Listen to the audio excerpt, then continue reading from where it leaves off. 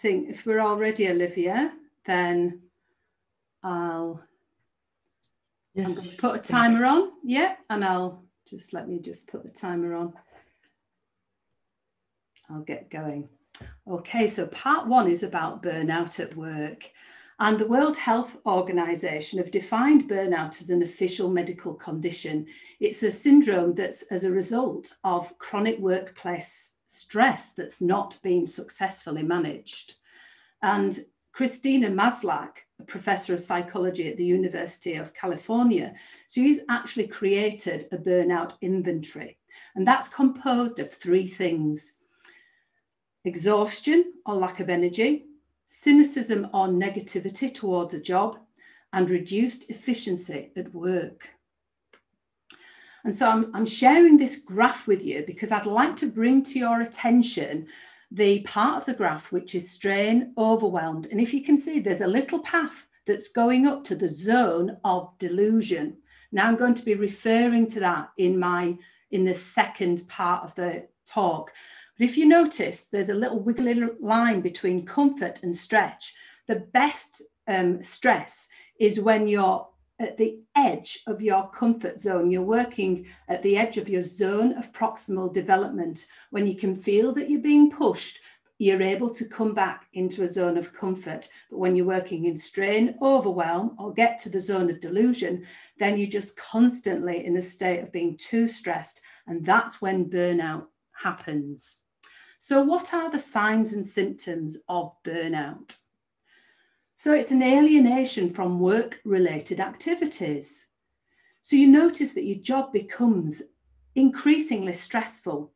You're becoming cynical about your work and about your colleagues, and you start to become emotionally detached, distant, and numb. Now, this is happening frequently in the NHS, not only because of the work pressure because of COVID, but also because there's a privatisation in the NHS happening now, where staff numbers are being reduced, less experienced staff are being used for jobs, and the workload has increased. So that has meant that there's been an increase in burnout in the NHS. So the physical symptoms of burnout include headaches, stomach aches and digestive problems, rashes and breakouts, and more accidents.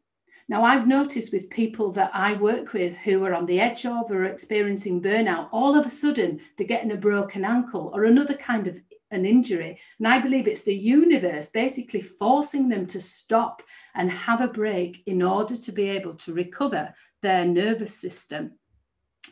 So another part of burnout is emotional exhaustion. Feeling drained and then feeling like you just can't cope, so that even the smallest task feels like it's just too much and you begin to feel depressed. So it's like you've got that pile of washing that's on the side, the dry washing that you just never put away, and it's been there for a month. It's like the charity shop bag that you've had in your haul for like 6 months and you never get round to taking it to the charity shop. You just bump into it every time you're in a rush when you're getting ready to leave the house, if that sounds familiar. And another aspect of burnout is reduced performance. You have such difficulty being able to concentrate. You lose your spark and your creativity. You begin to procrastinate and every task takes twice as long. And so what ends up happening is that you end up getting into this exhaustion funnel. You start off and a great balanced work life is where you have your work, you have chores, you have rest, and you have play, you have fun, you go out with your friends. Do you know what? You're fun to be around. But then the idea of going out and having fun becomes a bit stressful because you've so much to do. So you stop doing your socializing and you just concentrate on work, chores, and rest.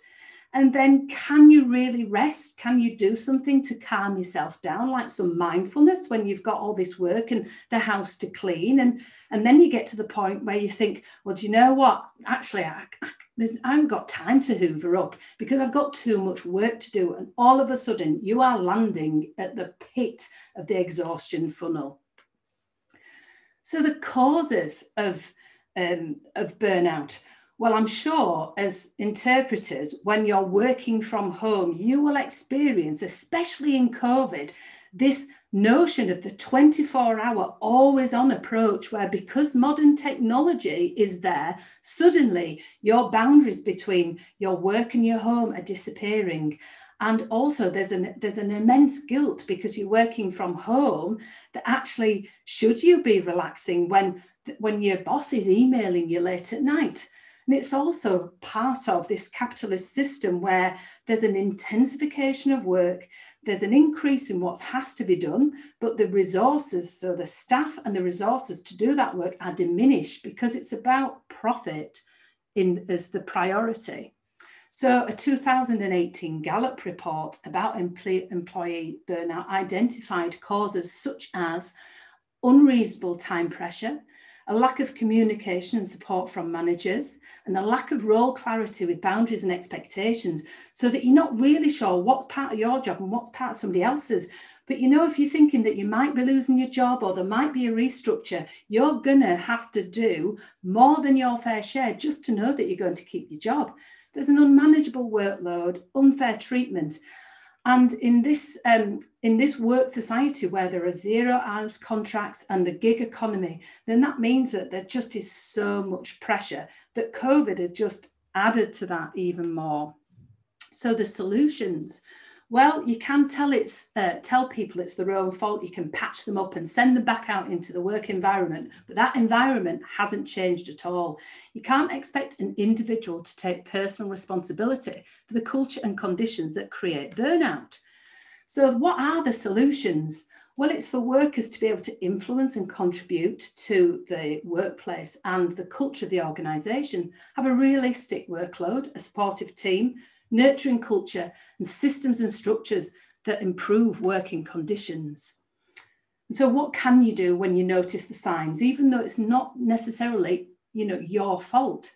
If you can, try to restore balance, increase the play, the relaxation and the exercise, go back up that exhaustion funnel, stop multitasking, do one task at a time, practice mindfulness daily and turn off the television and the radio if they're just background noise. Delegate at work and home. Ask yourself, is this necessary? Just because it's on your to-do list doesn't mean to say it has to be done.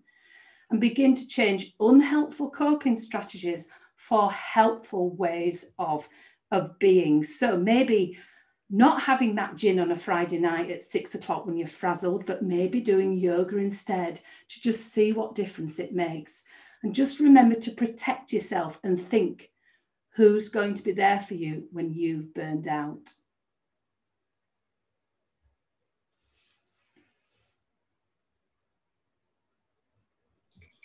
Thank you. Thank you so much, Verity, for this first speech. As in any real life situation, if anybody has any questions,